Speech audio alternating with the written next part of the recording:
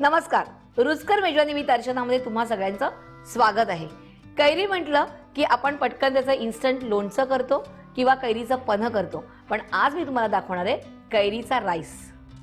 तेल गरम करूया. आपण घेऊया 4 टेबलस्पून तेल. तेल तापलेलं आहे. यात आपण घालणार आहोत 1 टीस्पून राई, त्यानंतर 10 ते 12 कढीपत्त्याची पानं, 3 लाल मिरच्या सुक्या घेतलेल्या आहेत, 1 टेबलस्पून चण्याची डाळ, 1 टेबलस्पून उडदाची डाळ, अर्धा चमचा हळदी पावडर, थोडंसं मिक्स करायचंय. डाळी थोड्याशा लालसर झाल्या की आपण त्यात घालायचंय उभा चिरलेला कांदा, थोडीशी कोथिंबीर आणि आता कांदा थोडासा होऊन द्यायचा.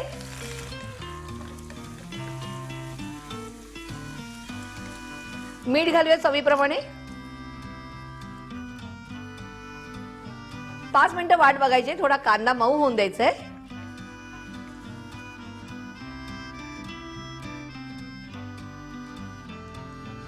कांदा मऊ झालेला आहे. आता आपण ह्यात किसलेली कैरी घालणार आहोत. इथे मी घेतले 2 किसलेल्या कैऱ्या. मिक्स करायचंय.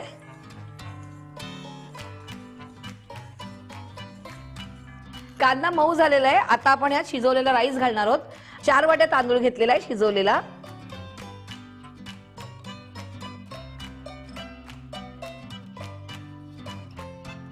आता आपण मिक्स करूया.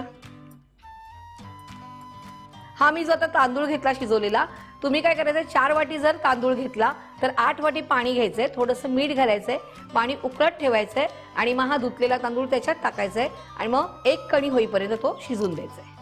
नंतर तो भात गाळून घ्यायचा आहे.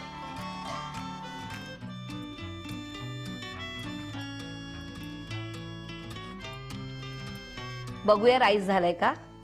राईस तयार आहे. आता आपण तो काढून घेऊया.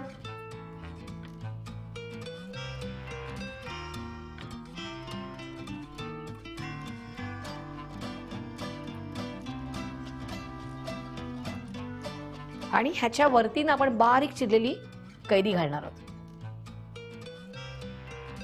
आणि त्यावर थोडीशी कोथिंबीर. आपला कैरीचा राईस तयार आहे.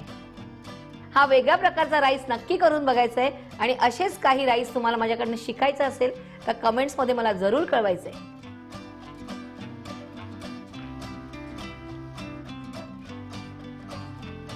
आणि तुम्ही करायचंय रुचकर मेजवानीला लाईक, शेअर आणि सबस्क्राईब.